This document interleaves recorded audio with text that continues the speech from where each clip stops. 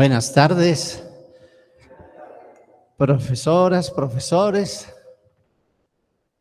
padre Ramos, el hermano Víctor, Armando, profesor Raúl, no sé, y los que conozca y han estado en otras ocasiones y que ya me han visto, ¿no? Pues gracias por la invitación. Siempre que vengo aquí me siento feliz, soy aparte un poco del carisma jeronimiano. Me alegra que esta mañana estuvieran con el padre Nuggets. Padre Nuggets, yo lo conozco más que todo por sus grandes estudios bíblicos. Él tiene una forma muy especial de ofrecer los estudios bíblicos, que es una de las facetas más conocidas de él en América Latina. América Latina, no Guatemala o México. Y después el padre Odón, que pues yo creo que es uno de los principales miembros de la congregación, que pues empapado del carisma de San Jerónimo.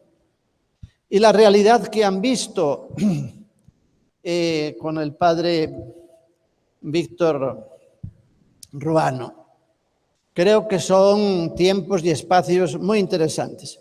Yo les ofrezco una hoja que vamos a repartirla. Espero que nos alcance para todos. Y en esa hoja quiero sintetizar lo que su servidor les ofrece para el día de hoy. En estos días, pues un poco difíciles, porque entramos en un año que quisiéramos hubiera sido de otra manera, pero vivimos dentro de cierta incertidumbre. Yo no quisiera ni dormirlas. Aquí se puede proyectar la hoja que dice educar el corazón, ¿verdad?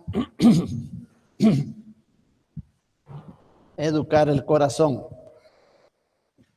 He tratado de ser fiel creativamente, al objetivo que tenían para esta charla de su servidor, la que me habían propuesto, y de presentar los procesos y métodos de la educación que la educación tiene que tener para identificarse como un camino que conduzca a una espiritualidad que forme en el maestro un modelo, un testigo y un compromiso de vida para descubrir a Jesucristo en los pequeños que son sus alumnos. Habla de la palabra espiritualidad. En este año de pandemia tenido, la OMS, Organización Mundial de la Salud, se acordó que una de las dimensiones importantes del ser humano, aún para superar la enfermedad, es espiritualidad. Miren ustedes. O sea, hoy se propone la espiritualidad desde cualquier ámbito, pero hay que ver qué espiritualidad, ¿verdad? Entonces, pero quiero decirles que ya desde varios ámbitos este tema de la espiritualidad es importante. Y digamos, el ámbito en el que nosotros nos movemos como educadores, ese ámbito de la espiritualidad es también muy importante. Educar en tiempos de coronavirus. No sabemos hasta cuándo nos va a llevar esto. Tampoco sabemos cómo se originó. Medio sabemos, no sabemos ni siquiera bien cómo se cura. Los ingleses han inventado una mutación. Hay cerca de 80 mutaciones de ese virus. Los virus mutan constantemente. Pero era para encerrar a los ingleses, porque esos no hay forma de encerrarlos. Parecieran que son muy educados, pero no hay forma de encerrarlos. Llevan más de 50.000 muertos solo en Inglaterra, ¿verdad? Pero el coronavirus, tal vez como les dijo el padre Víctor Manuel Ruano, no es el único problema. Yo he dividido esta charla en 4 puntos, más o menos como 4 patas de la mesa, para que estemos bien asentados. Ustedes me dirán después si realmente hemos logrado el objetivo. El título del primer punto, yo miro allá al Padre Celestino, pero bueno, lo estaba disimulado y ahora como estamos todos disfrazados no se ve. Educar en tiempos de crisis no solo económica, hemos tenido una crisis, algunos definen esta crisis económica como terrible, pero fíjense bien, el Ministerio de Economía de Guatemala dice que este año nosotros vamos a crecer el 3.7% nuestra economía cuando estuvo a -9%, lo que quiere decir que la mayoría de la gente no crece, pero algunos sí van a crecer. En Europa ningún país va a crecer al 3%, Estados Unidos no va a crecer el 3% y Japón lleva añalales que no pasa del 2% de crecimiento. Eso para decirles, ¿quién crece? No lo sabemos. Entonces, no solo crisis económica o política, también cultural, educativa, familiar y sin duda religiosa, y lo vamos a ver. En este sentido, es importante profundizar en la realidad de la vida de los alumnos. Este primer punto va a estar centrado sobre nuestros destinatarios, de su estado emocional, de cómo han introyectado la crisis, de las situaciones dolorosas en la familia, familiares fallecidos, unos más cercanos, otros más lejanos, roces en la familia por todo tipo de dificultades, hasta separaciones familiares, violencia vista o padecida, impotencia para seguir estudiando, saliendo desaliento, preguntas que afectan el corazón.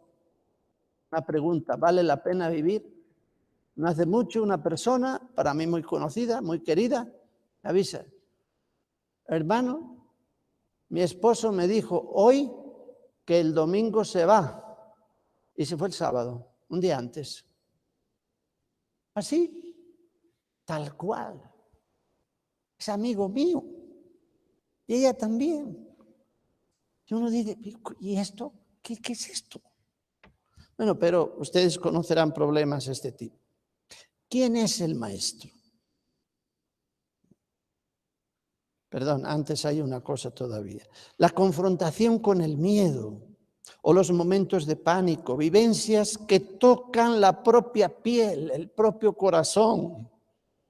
El maestro debe conocer esto, personalizando a cada uno de sus destinatarios, personalizando. Juan, Nicolás, Cristina, Josefina, qué sé yo. ¿Quién es el maestro? ¿Quién puede ser maestro? ¿Cuál es su misión? Su misión, no su funcionalidad, no su profesionalidad, se da por descontado, su misión. Se van a encontrar situaciones en las que tienen que hacer de papá o mamá, de hermano, pero sobre todo traten de ser amigos y amigas para llegar al corazón. Aquí viene la dimensión del escuchar, no tanto razones o justificaciones, sobre todo estar atentos a las preguntas que nacen de las sensaciones más auténticas del alma, de los deseos más auténticos a los que aspiran los jóvenes. Estar atentos, escuchar, atentas. La pandemia, o como yo le llamo a veces, plandemia, porque no sabemos si esto es un plan o qué sé yo, no sabemos. está dejando marcas y cicatrices para el futuro. Los alumnos saben de sobra que ese futuro laboral, familiar, está muy difícil, muy complicado. Queda golpeado el sentido profundo del deseo de vivir. Posiblemente nosotros ahora estamos aquí, ¿qué contenido les vamos a dar? ¿Cómo se los vamos a dar? ¿Va a ser por plataforma esta, por plataforma aquella? Pero en el fondo, yo creo que con el tiempo que llevamos, los 9 meses ya es una gestación, casi 10 meses, ha quedado golpeado el sentido profundo del deseo de vivir. Y esto lo veremos dentro de unos años. Conclusión de esta primera parte. Y propuesta pedagógica que les hago. El maestro debe llevar un cuaderno aparte, donde anota estas preguntas esenciales de los jóvenes. Señor, ¿será que esto se va a terminar pronto? Anótenla, aunque sea repetitiva. Porque eso es lo que le está calando al muchacho y lo que le está llegando al alma. Tómenlo como una tarea de maestro, de educador, de persona que ayuda a sanar. Otra misión importante del maestro, sanar. No digo enfermero o médico, sanar, estar cercano. Después hay que analizar y crear una nueva psicología de la educación, sobre todo del propio maestro, de cómo nosotros llegamos este año a colocarnos delante de nuestros estudiantes con un antifaz, con una pantalla, con lo que sea, pero nos colocaremos ahí, nos verán o no nos verán, pero estaremos ahí. Ellos saben por nuestra voz, posiblemente los que son conocidos, los que son nuevos no lo sé, quién es el nombre. Y ustedes también deben saber el nombre. Por eso digo las preguntas esenciales que formulan estos jóvenes. Es un tiempo de escuchar. Es el punto primero, ¿verdad? No sé si han escuchado esta expresión que viene aquí, yo me imagino que sí. Dice, algunos hablan de que vendrá una especie de reset, un reseteo, un gran reseteo, dicen algunos. Un reseteamiento, pero no de las computadoras, sino del mundo. Bueno, ¿y esto quién lo propuso? Ustedes saben que hay un lugarcito en Suiza que se llama Davos. Davos, es un lugar así muy bonito geográficamente, donde solo se puede llegar en helicóptero, hay unos hoteles preciosos, y allí se reúnen en Davos la flor innata de la economía mundial. Y ahí es donde han propuesto esto del reseteamiento del mundo. No sabemos lo que es. Yo para mí, que ya empezó. Es decir, cuando nos hemos quedado tanta gente sin trabajo, sin fuentes laborales, con una economía mermadísima, con un futuro poco perceptible, bueno, que nos hablen de reseteo, pero ahí estamos. Dice, esta realidad yo lo llamo algo mítica porque en realidad, en el fondo esto ya empezó hace tiempo. Los que hemos vivido en América Latina ya sabemos lo que significó el consenso de Washington a finales de los años 90. Entonces ya sabemos lo que es un reseteo, con los programas de ajuste estructural y todo aquello. Yo digo que ya entró en acción hace mucho tiempo, solo que ahora la percibimos en su crudeza más descarnada.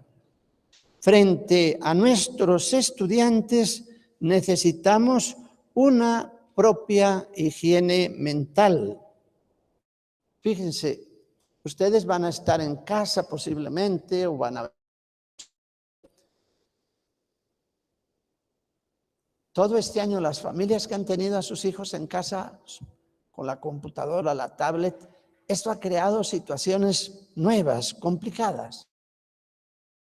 Como maestras, como maestros, padecemos, igual que todos, esta situación. Y proyectamos en nuestros estudiantes, pues, nuestro momento, nuestra situación. Entonces, miren, a nosotros nos toca vivir una higiene mental no contaminante, no contaminante. No contaminamos a los niños de lo que no necesitan porque ya en su casa lo tienen. Problemas, silencios, gritos, palabrotas, negativas, castigos, tú no vas a servir para nada, etc. Bueno, pasamos al segundo parte, pero antes de esto yo quiero presentarles aquí, posiblemente algo que ya han visto, la propuesta del Papa Francisco, aún en medio de la pandemia, sobre el tema de la educación. Ahí hay un archivo para proyectar. A ver si lo podemos ver.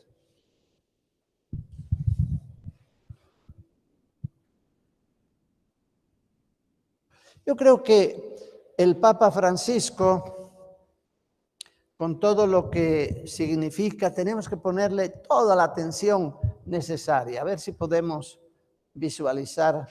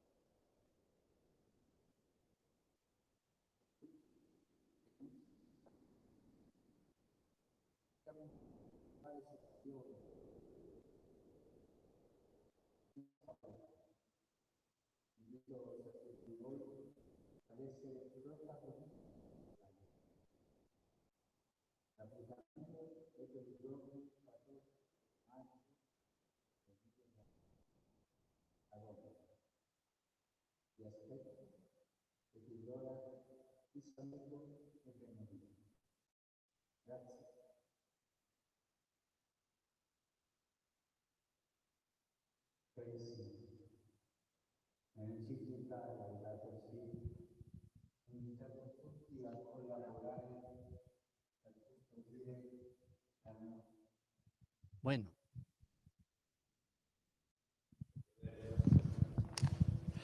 Esto ya fue. ¿Cuántos asistieron? No muchos. No muchos. Es cierto que todavía en mayo Europa no estaba cerrada, como se suele decir, pero Italia ya estaba muy complicada. De todos modos, el Papa se atrevió a hacer esta propuesta, que va caminando, va caminando. Ahí les queda también el video si después lo quieren ver. En el punto 2, el título es Educar en tiempos de vulnerabilidad. Del corazón al conocimiento o del conocimiento al corazón. Ambos son necesarios, dan seguridad. Pero ¿qué es primero? Ustedes lo tendrán que discernir. Tendrán que discernir. Volvemos un poco, a mí se me hace la idea de la educación personalizada que muchos vivimos hace 40 y algo de años. Donde teníamos que ir niño por niño, ahora casi hay que ir, bueno, Javier, ¿estás conectado? ¿No estás conectado? Mira que el micrófono. Bueno, estas realidades así son. Ante la realidad que vivimos, con tantos interrogantes, ya no podemos hablar misteriosamente a los alumnos, ocultándoles lo que al menos todos sabemos. Prima la sinceridad. La palabra sinceridad viene del latín sincera, es decir, que no tienes cera, no tienes una máscara delante de tu rostro para aparecer o aparentar lo que no eres. Prima la sinceridad, dicha a su medida y capacidad. Hablaremos a los niños de primer grado de una manera, a los de primero básico de otra y a los de bachillerato. Recrear miedos, temores o angustias. No se les puede ocurrir de su casa o barrio vienen o viven situaciones sangrantes de la misma realidad. Tenemos que ser muy pacientes. Si ya lo éramos antes, ahora tenemos que ser más pacientes. En todo caso, un conocimiento que fortalezca los resortes del sentido de humanidad, como decía el Papa Francisco, y un conocimiento que nos permita crecer por dentro, desde el corazón, antes de ser domesticados o moldeados por la realidad circundante. Miren todo ese jardín, yo no sé si se han metido, ese jardín que tienen aquí los padres, los hermanos, que ahí el hermano Víctor anda haciendo injertos para allá y para acá. Bueno, están todos sobre la misma tierra y uno podría decir, pero ¿por qué no todas las plantas dan bananitos? ¿O por qué no todas las plantas dan aguacates? ¿O por qué no todas las... No, cada planta de la tierra busca lo que le conviene, lo busca en la tierra, lo que le conviene y de eso se alimenta por dentro. Es cierto que a veces tenemos que echarles algo por fuera, o abono, o alguna cosa para quitarles ciertas cosas, pero crecen por dentro. Entonces, crecer por dentro desde el corazón, antes de ser domesticados o moldeados por la realidad circundante. Yo no sé lo que ha significado estar en casa metidos para muchas familias, muchos niños. Esto, bueno, no me lo quiero imaginar. Llegará la vacuna contra el coronavirus, pero ya nos están vacunando para silenciarnos. Silenciamiento total. Tal vez este punto ya se lo el padre Víctor. Nuestra educación tiene que ser crítica. Ahí sobra una E, abierta, sin crear expectativas carentes de fundamento lógico o científico. Es decir, una educación que ayuda, pero que es abierta y crítica, y crítica a la vez. Bueno, un tercer punto de esta espiritualidad. O sea, ven, los dos primeros es la parte antropológica. En teología estudiamos así. Un principio básico de la teología dice: la gracia supone la naturaleza.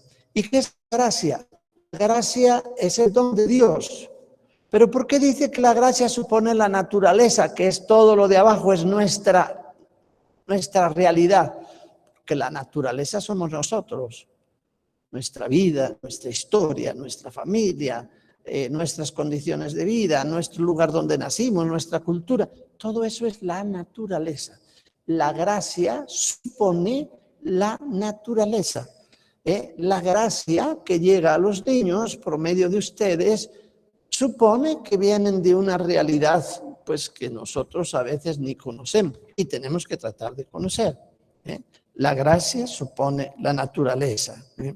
Bueno, un tercer punto de la espiritualidad, algo muy fundamental, diría yo, encarnar el rostro misericordioso de Dios. Fortalecer la dimensión de la fe y la esperanza. No creer porque tengo miedo. No, no es así exactamente. Podemos tener miedo, lógicamente. Como maestros y maestras tenemos que formar la fe adulta y la esperanza creativa, con el fin de construir una sociedad fraterna, alejada de la violencia, la extorsión. Curiosamente, ayer el periódico traía que este año bajó 1000 y pico el nivel de crímenes y cosas así en Guatemala, también en El Salvador. Bueno, es algo interesante. Con el fin de construir una sociedad fraterna, digo, alejada de la violencia o la extorsión, la corrupción en todas sus dimensiones. Yo recuerdo hace muchísimos años un profesor que dejaba aplazados a los de sexto grado de primaria para después darles clase y por su cuenta cobrarles una parte que eso lo hacía él sin pasar por la administración del centro. Bueno, corrupciones. Sí. Y la injusticia que anula la equidad, base de una sociedad democrática. Yo pongo ahí más carisma jeronimiano, que ya lo vieron hoy. Equidad. ¿En qué se distingue la equidad de la igualdad? o de la injusticia. Creo que alguna vez se lo he explicado con un ejemplo muy sencillo. Salen papá y mamá, van a la misa, que queda, la iglesia queda a 4 cuadras, y llevan al niño mayor que tiene 9 años, al otro niño que tiene 5 y al chiquito que tiene 2. Entonces el que tiene 2, el papá lo carga, o la mamá lo cargan y lo llevan. ¿Qué les parecería a ustedes que el primero, el que tiene 9, diga, ¿y a mí por qué no me llevan cargado? Hijito, tú puedes caminar, igual que el de 5. Ya puedes caminar, además les gusta correr. Bueno, equidad significa diferenciar. No es que al niño chiquito se le quiere más y se le apacha más y se lleva cargado. Es que su condición no da para la que sí da la situación del que tiene 9 años. Entonces, para él tenemos que adaptarnos a su realidad. Esto es equidad. Si esto lo hicieran los gobiernos con la economía, con la dimensión de la realidad social, empezar por lo pequeño y lo de abajo, otra situación tendríamos. Los jóvenes de hoy no creen en la democracia.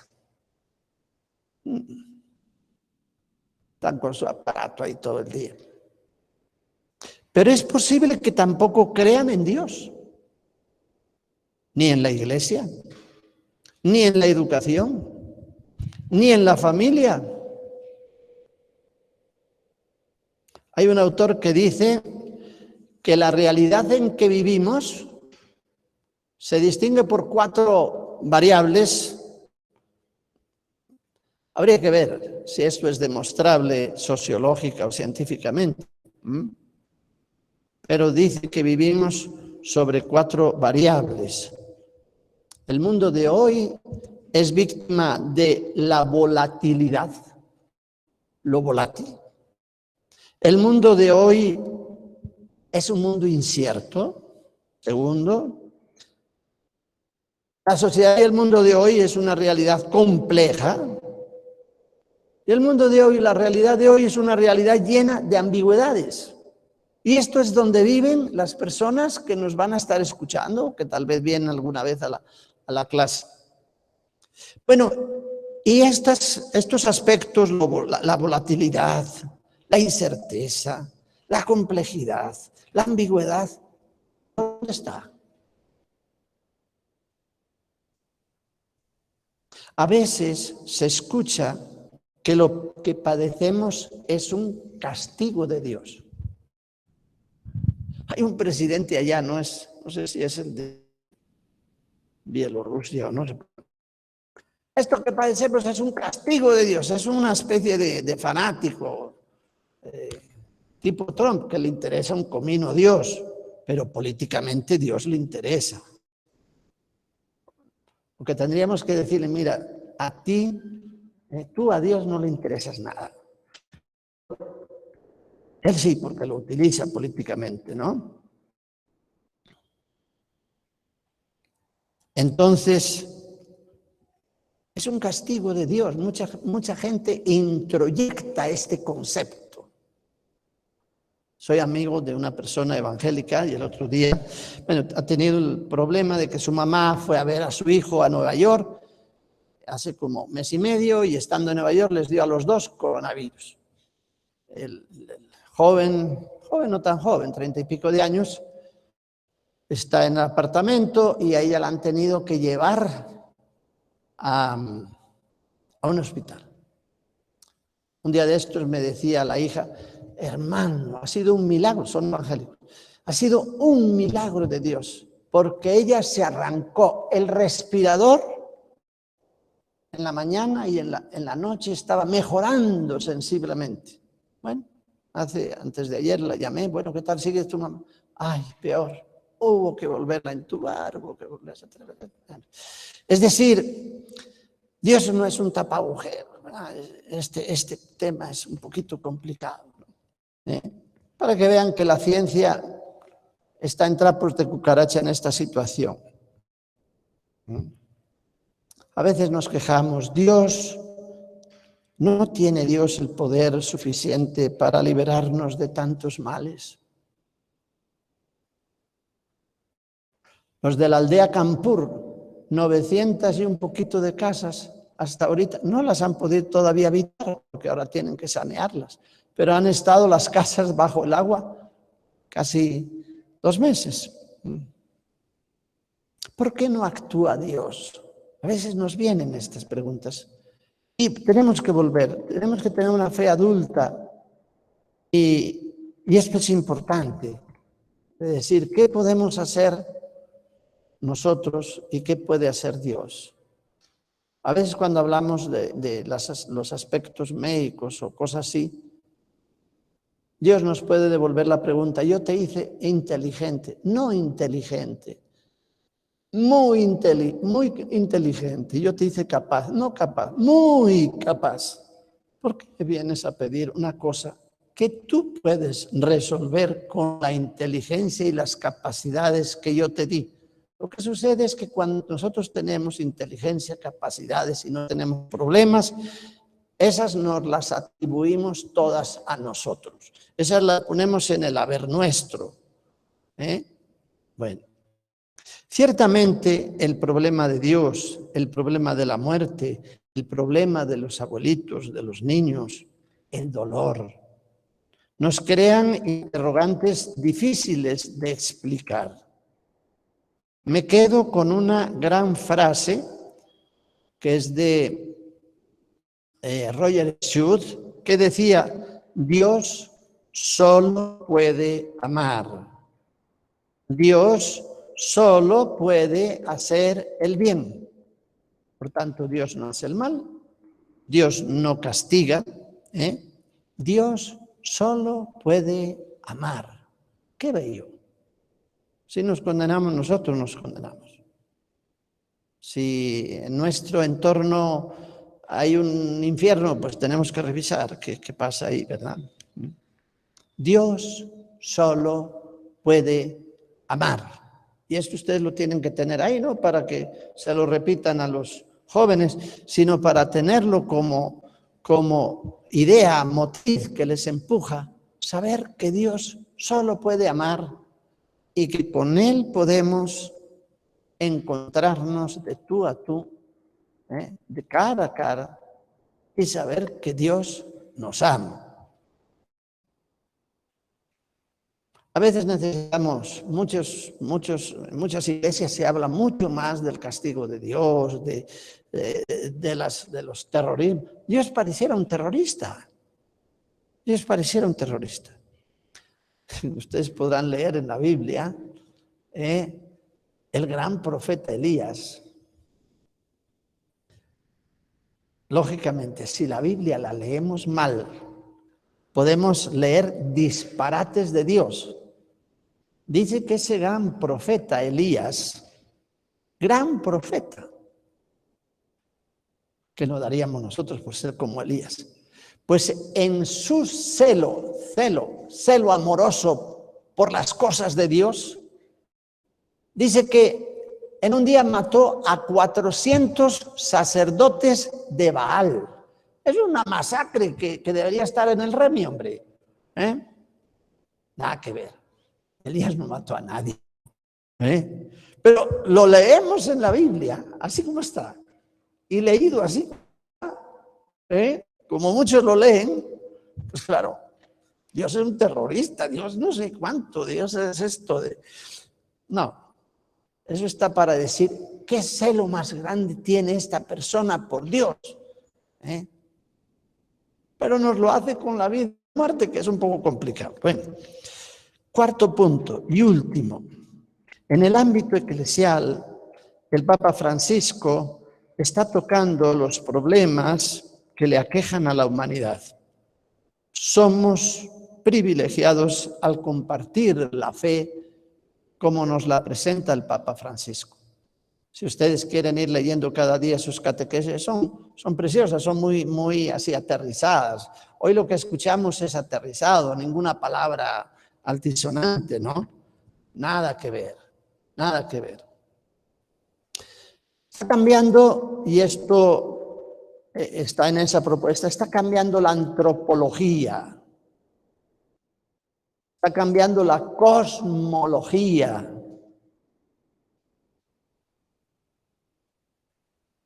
Hay ahí unas imágenes, tal vez las podemos colocar. La que dice número 1, ahí donde dice el Homo Climaticus. Hay un libro en estos meses, entre otros libros que he leído este libro, el Homo Climaticus, es una preciosidad. Y entonces este autor dice que nosotros nos encontramos en la fase del Holoceno. Anteriormente estuvo el Pleistoceno, que son las fases terminales de la época cuaternaria. Y miren, ahí estamos antes de Cristo, lo que sucedió, hasta pone ahí el diluvio universal, lo que sucedió. Ahí está la línea del calor frío, calor frío, calor frío. Bueno, entonces, ¿cuándo se ha desarrollado más el hombre o menos? Y cuando la Tierra ha sufrido problemas climáticos. Hasta ahora, lo que dice ese autor es que en las anteriores épocas de esta fase terminal, que es el cuaternario, el Holoceno va a ser el último. Va a ser el último. Va a ser el último porque dice él, hasta ahora, todos los desfases climáticos han dependido, podemos pasar a la 2, han dependido de situaciones de la naturaleza. O muchas heladas, mucho calor, o meteoritos que chocan contra la Tierra, o volcanes que hacen barbaridades. Este es ya un poquito hacia nosotros, ¿ve? Desde el nacimiento después de Cristo hasta el 2000, ¿verdad? Cómo ha ido el clima. Y este autor coloca los hechos políticos, mire, las invasiones vikingas, dice que las coloca ahí cuando la tierra estaba bastante caliente. Sin embargo, la Revolución Francesa lo pone cuando la tierra estaba bastante fría. Bueno, son cosas. Entonces dice que al Holoceno va a seguir el Antropoceno. ¿Qué quiere decir esto? Quiere decir que todo lo que suceda de ahora en adelante en la Tierra ya no va a ser, sí, puede ser un meteorito que se escape, pero va a ser acción del ser humano, antropoceno. Es decir, todo lo que pase a la Tierra de bien o mal, nosotros vamos a ser los culpables. Por eso le llaman, ya no inventando palabrotas, Pleistoceno, Holoceno, Antropoceno. Va a depender de nosotros. Por eso el Papa Francisco publicó la Laudato Si. Por eso el Papa Francisco ha publicado hace un año, ni siquiera un año, la exhortación apostólica Querida Amazonía. Y hay que leerla para que ustedes se den cuenta de lo que ahí dice el Papa Francisco. Y últimamente, en noviembre, nos regaló una bella encíclica también, Fratelli Tutti, dice sobre la fraternidad y la amistad social. Es interesantísima leerla, yo se lo propongo. Ahí en medio dejé un párrafo que dice, es casi una voz sola la del Papa Francisco, pareciera que los jefes del mundo andan en otros rollos, en el reseteo. Ahora el presidente de Davos dice que hay que manejar el liberalismo, ya no sirve, dice el presidente del Foro Mundial de Davos. Dice que el liberalismo ya no sirve. Yo, mira qué bueno que se dieron cuenta ahora. Bueno, que hay que cambiar el sistema de producción capitalista porque así como vamos, bueno, interesante eso, ¿no? Pero pareciera al Papa una sola voz, pero es una voz que es seguida es una voz que es valorada y es una voz que es respetada. Y es una voz que es contradecida, porque hay dentro de la iglesia no de los que pertenecen al Holoceno ni al Pleistoceno, sino todavía más cavernarios, que dicen, no, con el Papa Francisco la iglesia se terminó, claro. Volver una y otra vez a sus documentos es como un grito a volver a Jesús. No falta en los documentos esta propuesta, volver a Jesús. Y ustedes cada mañana levántense con ese entusiasmo, digo, vuelvo a mis patojos, es volver a Jesús. El maestro se parece a Jesús maestro.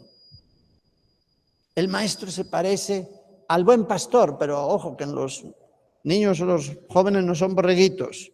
El maestro es el compasivo por excelencia. El maestro es el misericordioso.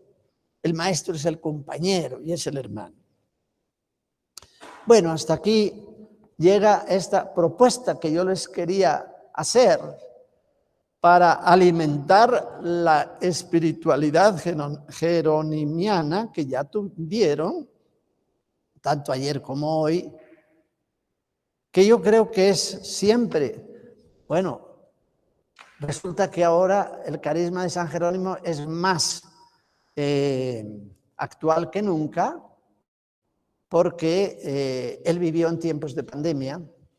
Y recuerden la pandemia o la peste negra que él padeció, que se inició en el año 1348 en Europa, entre Europa y Asia. ¿Saben cuándo se encontró remedio para la peste negra? A finales del siglo XIX y principios del siglo XX. 700 años recurrentes que esa peste de vez en cuando venía, que era producida por un bacilo que las pulgas de las ratas propagan. Bueno, esperemos que esto no nos lleve 700 años, profesor, ¿verdad? No sé. Bueno, hay que sacar técnicos médicos también para que esto no sea una cosa parecida. Entonces, bueno, yo creo que la propuesta de don Jerónimo, de San Jerónimo, pues nos tiene que ayudar también, a vivir en tiempos de pandemia, aunque nos contagiemos. No sé cuántos de ustedes ya han pasado ese cáliz, pero bueno, tenemos que estar en la vanguardia. Estar en educación es estar en vanguardia, estar abriendo camino, abriendo brecha, arando profundo, porque llegamos al alma de los niños, de los jóvenes. Llegamos al alma. Por eso yo preferí colocar ahí, educar el corazón. Bueno, esto era lo que les quería decir. Si alguien quiere añadir alguna reflexión o algo que les haya llamado la atención, pues, no sé, les dejo aquí también el micrófono o hacer eco de alguna de las frases que ustedes han escuchado o leído, lo pueden también hacer.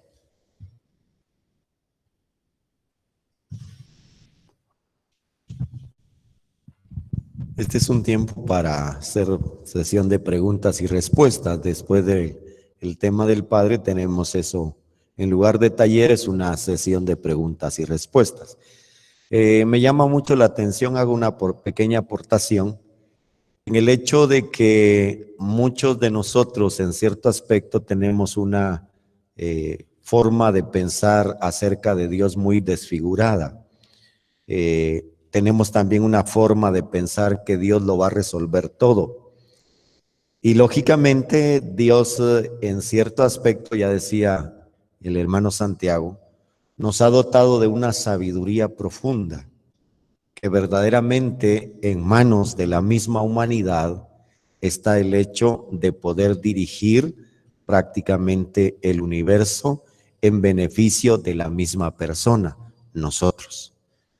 Pero lógicamente, si ustedes se dan cuenta, ya decía el hermano Santiago usando una palabra de plandemia.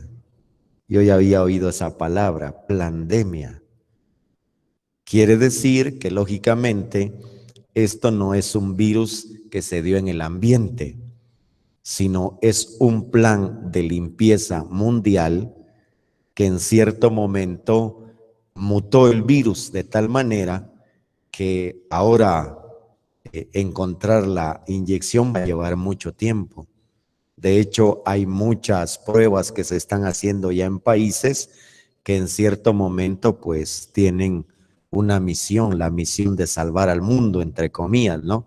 Pero realmente eso va a costa de la economía de los pueblos y del endeudamiento de los pueblos más pequeños. Así que si alguien quiere venir a hacer una aportación, pues acá puede hacerla libremente sin ninguna pena. Aprovechen el tiempo porque después tenemos la Santa Eucaristía.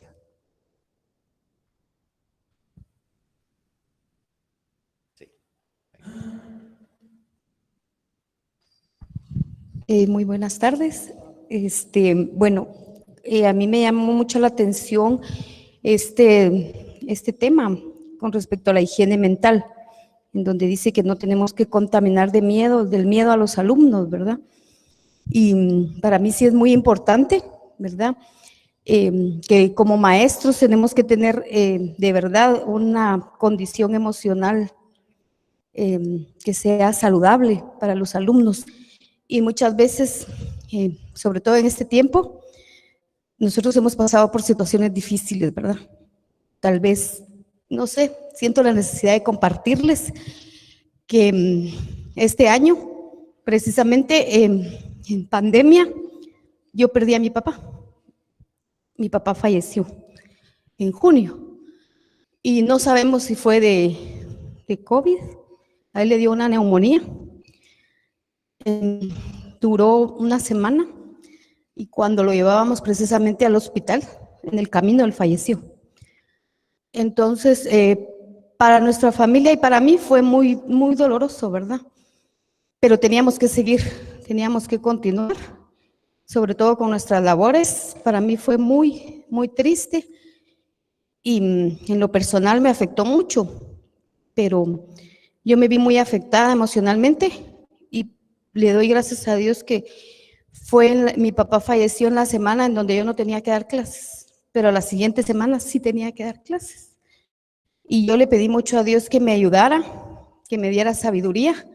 Y la verdad es que nosotros como maestros tenemos que a veces ponernos una máscara, ¿verdad? Y no demostrar mucho nuestras emociones, nuestros sentimientos, armarnos de muchas fuerzas y ponernos enfrente de los alumnos, a veces de forma presencial, y esta vez fue de forma virtual. Y fue muy difícil, pero con la ayuda de Dios yo lo superé. Le pedí mucha ayuda a Dios, muchas personas me ayudaron, estuvieron conmigo.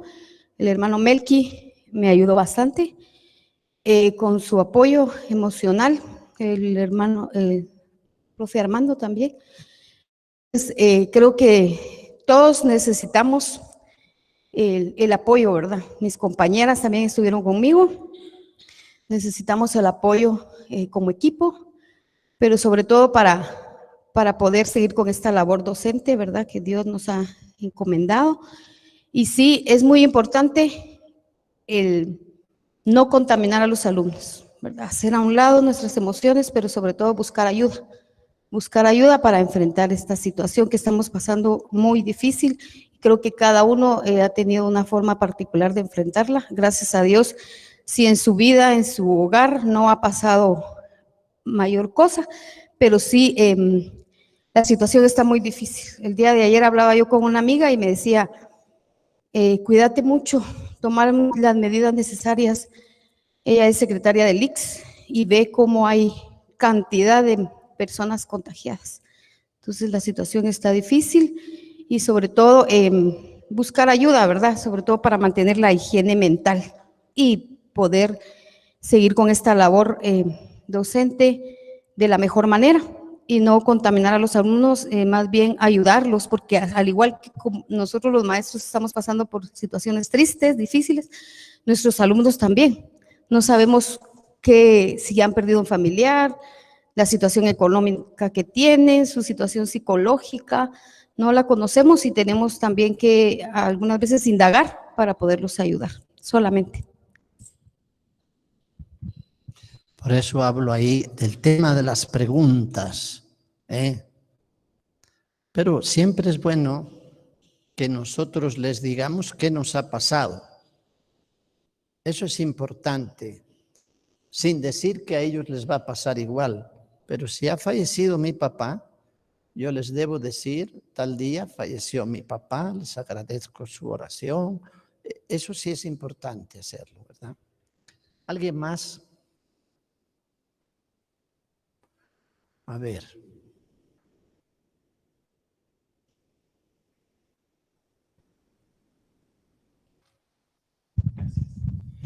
Pues quisiera consultar si esto que está escrito acá fue por usted. Sí. Bueno, entonces más que otra cosa, pues solo felicitarle, ¿verdad? Me llena mucho una de las frases que está aquí, ¿verdad? En todo caso, un conocimiento que fortalezca los resortes del sentido de la humanidad y un conocimiento que nos permite crecer por dentro desde el corazón, antes de ser domesticados o moldeados por la realidad circundante. Siento que es bien profundo, ¿verdad?